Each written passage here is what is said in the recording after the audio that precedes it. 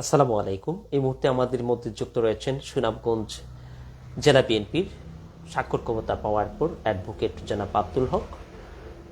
নিশ্চয়ই জানেন যে সুনামগঞ্জ জেলা বিএনপির ৩৮ সদস্য কমিটি দুবারে কিন্তু অনুমোদন দিয়েছে কেন্দ্রীয় বিএনপি। এই মুহূর্তে আমরা যুক্ত করছি সুনামগঞ্জ জেলা বিএনপির যে ইউনিট কমিটি রয়েছে, 4টি পৌরসভা রয়েছে এবং উপজেলা রয়েছে। এই ইউনিট কমিটি গঠন এবং বিএনপিতে কতটুকু তারা সক্রিয় ভূমিকা রেখে ঢেলে সাজাবেন বিএনপিকে, এই সংক্রান্ত বিষয়ে সরাসরি আমাদের সঙ্গে যুক্ত হচ্ছেন অ্যাডভোকেট জনাব আব্দুল হক। আপনাকে স্বাগত জানাচ্ছি। ধন্যবাদ আপনাকে। জি, অ্যাডভোকেট জনাব আব্দুল হক, আমরা জানি যে আপনি 29 বছর ছিলেন আইন পেশা এবং ছাত্রদল থেকে এই রাজনীতির শুরুটা আমরা একটু শুরুটা যদি জানতে চাই, এরপর আমরা যাচ্ছি মূল প্রশ্নে।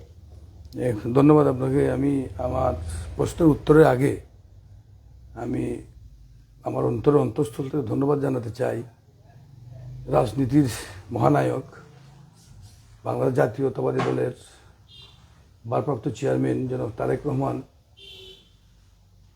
আমাকে সুনামগঞ্জ জেলা আহ্বায়ক কমিটির সদস্য মনোনীত করেছেন এবং কমিটি গঠনের ক্ষেত্রে, ইউনিট কমিটি গঠনের ক্ষেত্রে আমাকে স্বাক্ষর প্রদানের একটা দায়িত্ব প্রদান করেছে। উনি আমার উপর এই আস্থাটা রেখেছেন, সেই জন্য আমি ওনাকে আমার অন্তঃস্থল থেকে আন্তরিক কৃতজ্ঞতা এবং ধন্যবাদ জানাই।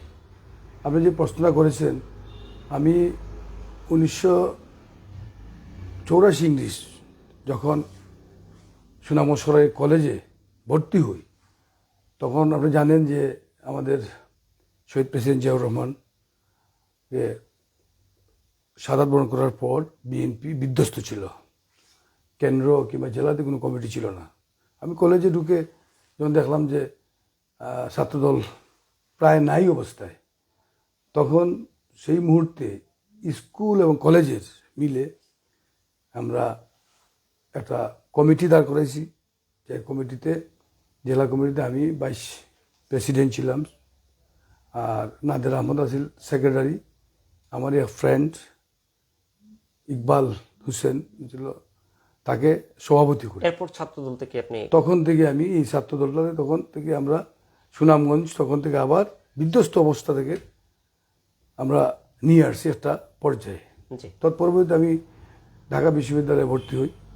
ঢাকা বিশ্ববিদ্যালয়ে আমি ছাত্রদলের কোনো পদ পদবি আমার ছিল না, কিন্তু আমি ওইখানে সদস্য হিসেবে আমি আন্দোলন সংগ্রাম করছি স্বৈরাচারী এরশাদ সরকারের বিরুদ্ধে।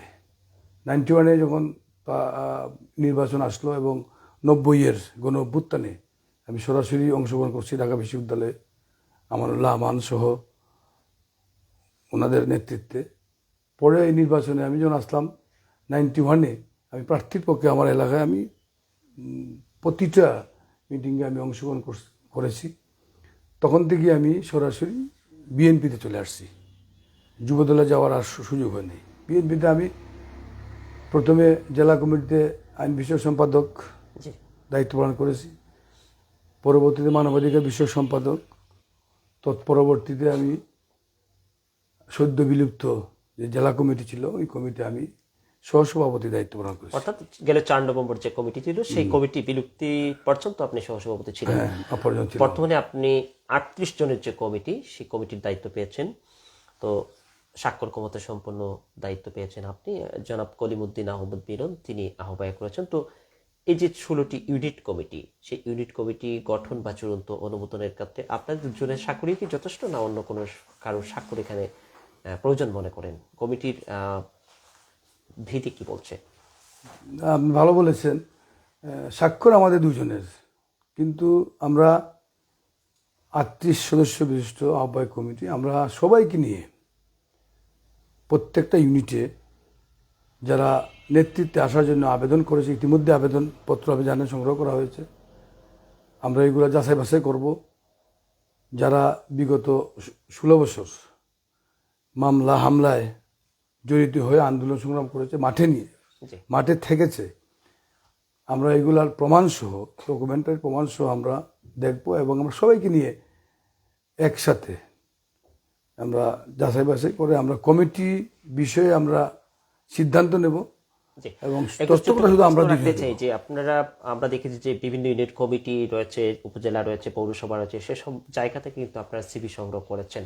তো এখন পর্যন্ত কোনো উপজেলা বা পৌরসভা থেকে সিভি সংগ্রহ করা হয়নি এমন কোনো উপজেলা বা পৌরসভা আছে কি? দেখেন, আমি তো প্রথমে যে কমিটি 32 সদস্য বিশিষ্ট কমিটি, আহ্বায়ক কমিটি ঘোষণা করা হয়েছে, এই কমিটিতে আমি সদস্য ছিলাম না, যার ফলে আমি এই সে বিষয়টি আপনার কাছে অনেকটা অস্পষ্ট রয়ে গেছে। আমি সম্পৃক্ত ছিলাম না, আমার যাওয়ারও সুযোগ ছিল না তাদের সাথে। যখন আমি বাদ পড়ার পরে আমাদের মাননীয় ভারপ্রাপ্ত চেয়ারম্যান মহোদয় তারেক রহমান মহোদয়, আমাদের সাংগঠনিক সম্পাদক বিভাগীয়, ওনারা পরবর্তীতে আমাদেরকে ইনক্লুড করেছেন। এর আগে যেটুকু শুনেছি যে দোয়ারাবাজার ছাড়া প্রত্যেকটা উপজেলায় কর্মী সভা হয়েছে এবং অনেকগুলো কর্মী সভাতে আমাদের বিভাগীয় সাংগঠনিক সম্পাদক জি.কে. ঘোষ মহোদয় এবং মিফতা সিদ্দিকী মহোদয় উপস্থিত ছিলেন। এখন শুধু দোয়ারাবাজার আগামী 6 তারিখে কর্মী সভা হওয়ার কথা। দোয়ারাবাজার কর্মী সভা হওয়ার মাধ্যমে আমাদের প্রত্যেকটা ইউনিটে কর্মী সভা সমাপ্ত হবে। পরবর্তীতে আমরা কমিটি বসে যারা আবেদন করেছে বা এমনও যদি হয় আবেদন করে নাই, অনেক নেতাকর্মী আছে যারা এখন ওই যে হাইব্রিডদের, যারা এই 17 বৎসর রাস্তায় ছিল না, ওই তাদের ভিড়ে অনেক অভিমানে অনেক নেতাকর্মী আছে, নিষ্ক্রিয় রয়েছে, আর আসতে চাচ্ছে না। আমরা প্রয়োজনে তাদেরকে আমরা নিয়ে আসার চেষ্টা করব। আপনি যেটি বলছেন যে ইউনিট কমিটি রয়েছে, যে জায়গা থেকে সিবি সংগ্রহ করা হচ্ছে, পরবর্তী সময়েও তাদের কাছ থেকে সিবি নেওয়া হবে যারা ত্যাগী এবং বাদ পড়া রয়েছেন বা যারা জেল জুলুমের শিকার হয়েছেন, এমনটি বলছিলেন নিশ্চয়ই? হ্যাঁ, আমি বলছি অনেকেই অভিমান করো এই যে 5 তারিখের পরবর্তী সময়ে আমাদের এই দলে অনেকেই ভিড় জমাইতেছে। কি বলছে বা জেলা কমিটির সিদ্ধান্ত যদি একমত না হতে পারেন তাহলে তাদেরকে কি ইনক্লুড করা যাবে? একমত হয়ে আমরা দেখব জেলা কমিটির সর্বসম্মত সিদ্ধান্ত ক্রমেই কমিটি হবে, সেই কমিটিতে আমরা।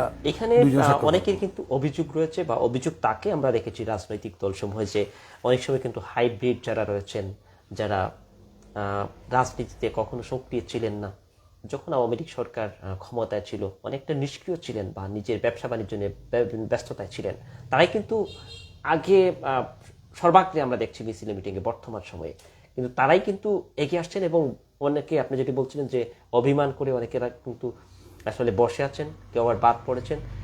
জেল জুলুমের শিকার যারা হয়েছেন বা অভিমানী যারা ত্যাগী রাজনীতিবিদ, তারা কমিটিতে জায়গা পাবেন কিনা বা অগ্রাধিকার দেওয়া হবে কিনা এই বিষয়টা সম্পর্কে কি বলতে চান? এটা আমাদের নির্দেশনায় আছে। আমাদের ভারপ্রাপ্ত চেয়ারম্যান জনাব তারেক রহমান মহোদয় নির্দেশ দিয়েছেন যে আমরা যারা আন্দোলন সংগ্রাম সক্রিয় ছিল, যারা হামলা শিকার হয়েছে, নির্যাতনের শিকার হয়েছে, তাদেরকে আমরা গুরুত্বপূর্ণ পদে আমরা প্রদান করব, অর্থাৎ রাজনৈতিক মূল্যায়ন তাদেরকে আমরা করার চেষ্টা করব। এখানে আমরা কোনো কার্পণ্যতা করব না। আপনি যেটা বলছেন হাইব্রিডরা, এই হাইব্রিড সবসময় থাকে, এই হাইব্রিডরা আসবে। ওরা তো রাজনীতি করার জন্য আসে না, এরা আসে যে এখন যেহেতু একেবারে প্রায় প্রস্তুত আমরা মনে করি যে বিএনপিরা নির্বাচনের মাধ্যমে রাষ্ট্র ক্ষমতায় অধিষ্ঠিত হবে, সেই কারণে কিছু লোক ভিড়ছে, তাদেরকে তো আমরা পদ পদবিতে আমরা তাদেরকে আনবো না। জনাব আব্দুল হক, আপনি প্রায় 29 বছর আইন পেশায় রয়েছেন এবং রাজনীতির দীর্ঘ যাত্রা রয়েছে আপনার, আজকে পর্যন্ত এসে পৌঁছেছেন। তো আপনার কাছে একটা ছোট্ট করে প্রশ্ন রাখতে চাই। অনেক সময় আমরা দেখেছি অর্থের মুখে পড়ে কিন্তু অনেক কিন্তু আসলে আমরা দেখছি যে ভুল সিদ্ধান্ত নেন, এটা হচ্ছে দলীয় নেতাকর্মীদের অভিযোগ, আর সেটা আমার পক্ষ থেকে কোনো বক্তব্য না। তো আপনারা আর্থিক দিক সচ্ছল দেখে কোনো নেতাকর্মীকে পদায়ন করবেন কিনা এই বিষয়টা কি বলতে চান বা কি পরিষ্কার করতে চান? এটা আমার একেবারে স্পষ্ট বক্তব্য। আপনি জানেন আমি কিন্তু আমাকে যে আমার উপর যে আস্থা রাখা হয়েছে, আমি তো এইভাবে আসি নাই, আমি বলিও নাই আমাকে স্বাক্ষর ক্ষমতা প্রদান করার জন্য আমি কিন্তু বলি নাই। আমার সিবি দেখা হয়েছে, নিশ্চয়ই আমার সম্পর্কে তথ্য নেওয়া হয়েছে। আমি মনে করি যে কোনো অবস্থায় যে টাকা পয়সার বিনিময়ে এই কমিটিতে ভালো পদে স্থান পাবে, এটা আমি মনে করি না। আমি এটা কোনো অবস্থায় আমি এলাও করবো না। এবং আমি অনুরোধ করব, আমার আহ্বায়ক মহোদয় আছেন, অত্যন্ত পুরখাওয়া একজন রাজনীতিবিদ, কলিমুদ্দিন আহমেদ মিলন, একেবারে জাত রাজনীতিবিদ যাকে বলা হয়। উনি সর্বাঙ্গে রাজনীতি যাকে বলা হয়, উনি রাজনীতির বাইরে ওনার কোনো কিছুই নাই, শুধুই রাজনীতি করেন। সেই ধরনের একজন রাজনীতিবিদ এই কমিটির আহ্বায়কের দায়িত্বে আছেন। আমি তো স্বাভাবিকভাবেই আমি আশা করব যে আমাদের প্রিয় নেতা কলিমুদ্দিন আহমেদ মিলন ভাই আহ্বায়ক, উনিও এই ধরনের কোনো লোককে উনি ভাইটাল পদে স্থান দিবেন না, স্পষ্টই। উনিও স্পষ্ট বলেছেন যে আমরা এটা করবো না। একটি বিষয় জানতে চাই যে আমরা দেখেছি বিগত সময় যে বিএনপির দুঃসময় ছিল, সেই দুঃসময়ে কিন্তু অনেকেই কিন্তু নিষ্ক্রিয় ছিল, কিন্তু এরপরে সময় পট পরিবর্তনের পরে কিন্তু অনেকটা সক্রিয় হয়েছেন তারা। তো এদেরকে কি করে আপনারা চিহ্নিত করবেন যে কারা নিষ্ক্রিয় ছিল, কারা সক্রিয় ছিল? কমিটিতে তাদেরকে জায়গা দেওয়ার বিষয়ে কিভাবে আপনারা নিশ্চিত হবেন? আমি তো এই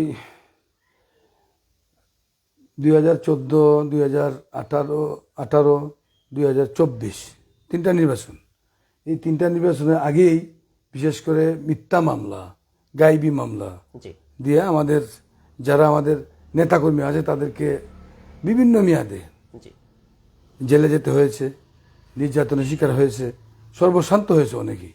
এবং যারা হামলায় শিকার হয়েছে, এইগুলোর বিষয়ে তো আমি বিশেষ করে আমার কাছে তো তথ্য আছে।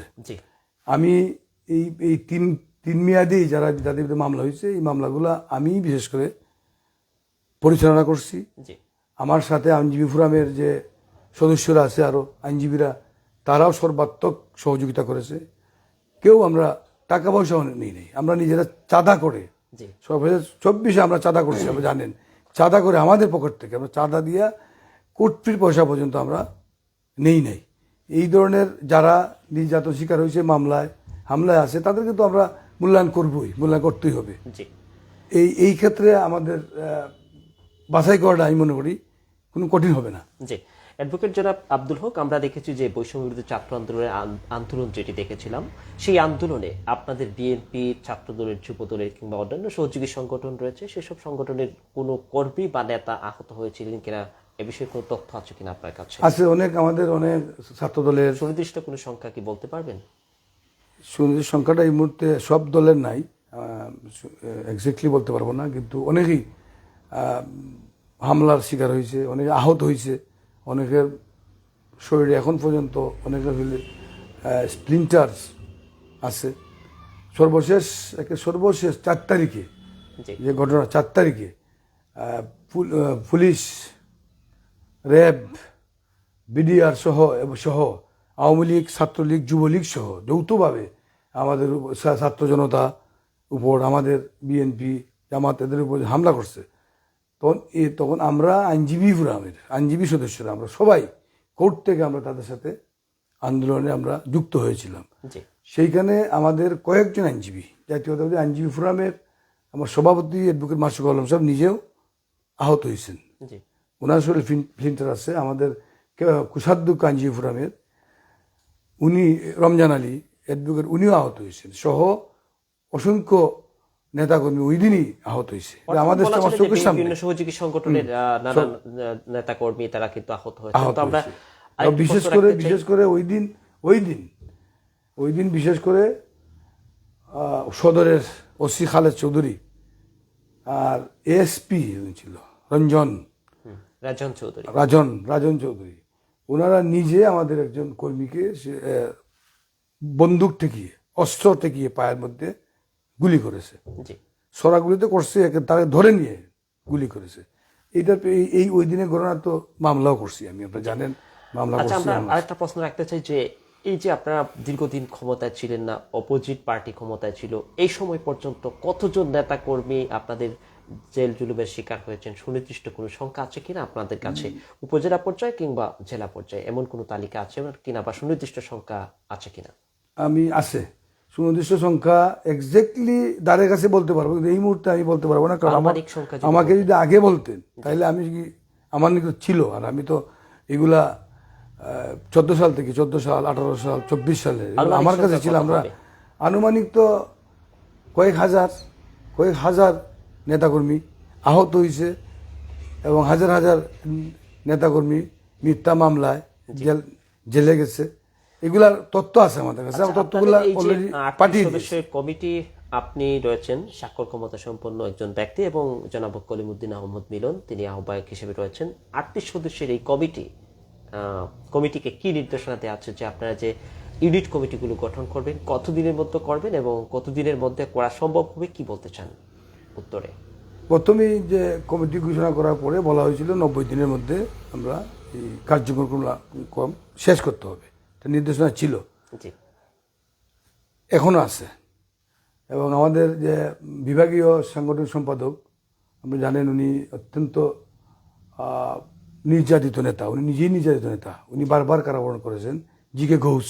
জি উনি নিজে উপস্থিত থেকে বলেছেন যে নিজে উপস্থিত থেকে, এবং মিফতা সিদ্দিকী আর আমাদের আহ্বায়ক মহোদয় উনি নিজেও সহসাংগঠনিক সম্পাদক, উনিও ওনাদের উপস্থিতিতে সিবিগুলা পর্যালোচনা করে আমরা ইউনিট কমিটিগুলা কাকে কাকে প্রদান করে যায় আপনারা করতে পারবেন, চেষ্টা করব। এই আরো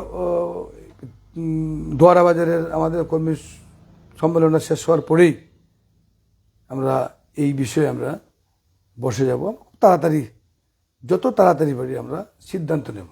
জি একটি প্রশ্ন রয়েছে যে চাঁদাবাজ অনেকে আসলে সুনির্দিষ্ট করে আমি বলছি না বা আমার অভিযোগ নয়, সেটা জনগণ বলছেন যে বিএনপির মধ্যে অনেকেই চাঁদাবাজ তৈরি হয়ে গেছে, বিভিন্ন হাট মাঠে তাদের কিন্তু দখলদারিত্ব বেড়ে গেছে। তো সুনির্দিষ্ট অভিযোগ আছে কিনা, এবং যদি আসলে বিএনপির কোনো নেতা কর্মী এ সমস্ত কাজে সম্পৃক্ত হয় বা তাদের সংশ্লিষ্টতা পাওয়া যায়, আপনার বিএনপির পক্ষ থেকে কি বলতে চান, কি উত্তর? সুনির্দিষ্ট কোনো অভিযোগ আমাদের কাছে নাই, তবে যেটা বলেছেন আপনি এই ধরনের কথা আছে, মাঠে আছে যে আমাদের দলের নেতা কর্মীরা চাঁদাবাজি করছে।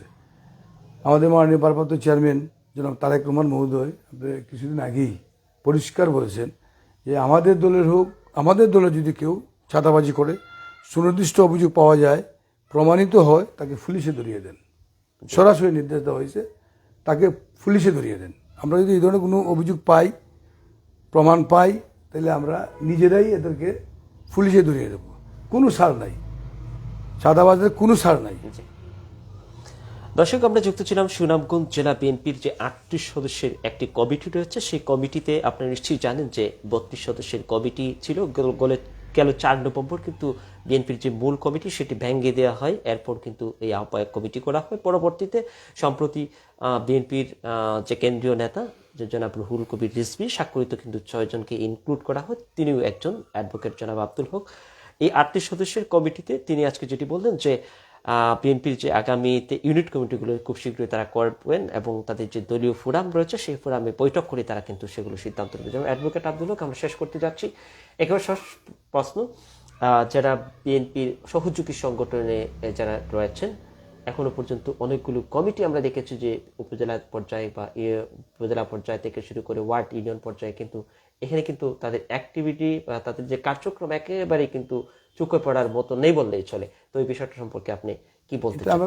আমরা তো মূল সংগঠন বিএনপির কি নির্দেশনা থাকবে তাদের, এবং অঙ্গ সংগঠন সহযোগী সংগঠনের কেন্দ্রীয় নেতৃবৃন্দ আছে, কেন্দ্রীয় কমিটি আছে, ওনারা সিদ্ধান্ত নেবেন এই বিষয়ে। আমরা আমাদের এইখানে কি নির্দেশনা থাকবে যদি সামনে নির্বাচন হয়, তাহলে আপনারা প্রস্তুত আছেন কিনা?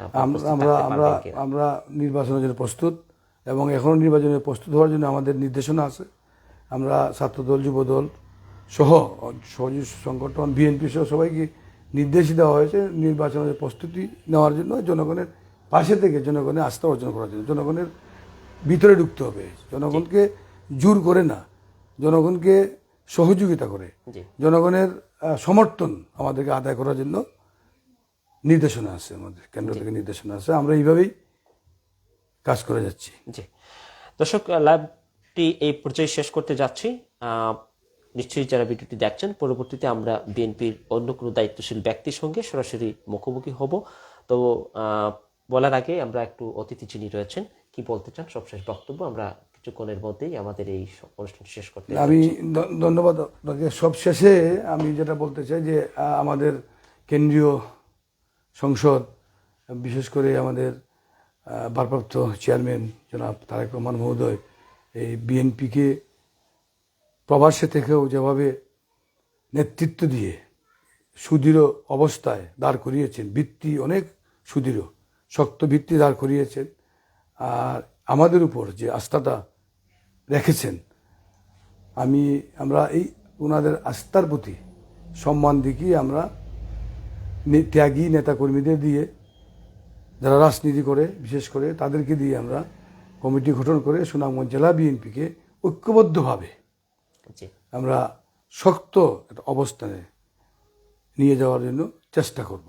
এবং ইনশাল্লাহ যে আহ্বায়ক কমিটি আছে, আমাদের যে আহ্বায়ক মহোদয় আছেন, উনি তো আমি আগেই বলেছি উনি অত্যন্ত রাজনৈতিক একজন ব্যক্তি, উনি অত্যন্ত দক্ষ একজন ব্যক্তি। উনি ছাত্র জীবন থেকে উনিও একেবারে তৃণমূল থেকে উঠে আসছেন এবং ছাত্র রাজনীতি করে উনি আসছেন। ওনার নেতৃত্বে আমরা 38 সদস্য বিশিষ্ট কমিটি, আমরা একটা সুন্দর 16টা ইউনিট কমিটি আমরা উপহার দেওয়ার চেষ্টা করব। আর তার মাধ্যমে আমরা পরবর্তীতে জেলা কমিটি ত্যাগী নেতাকর্মীদের সমন্বয়ে ভালো একটা কমিটি আমরা দাঁড় করানোর চেষ্টা করবো ইনশাল্লাহ। জি। দর্শক, আজকে এ পর্যন্তই। সাথে ছিলাম আমি হাসান বশির, ক্যামেরা ছিলেন মোহাম্মদ কবির হোসেন। ভালো থাকবেন।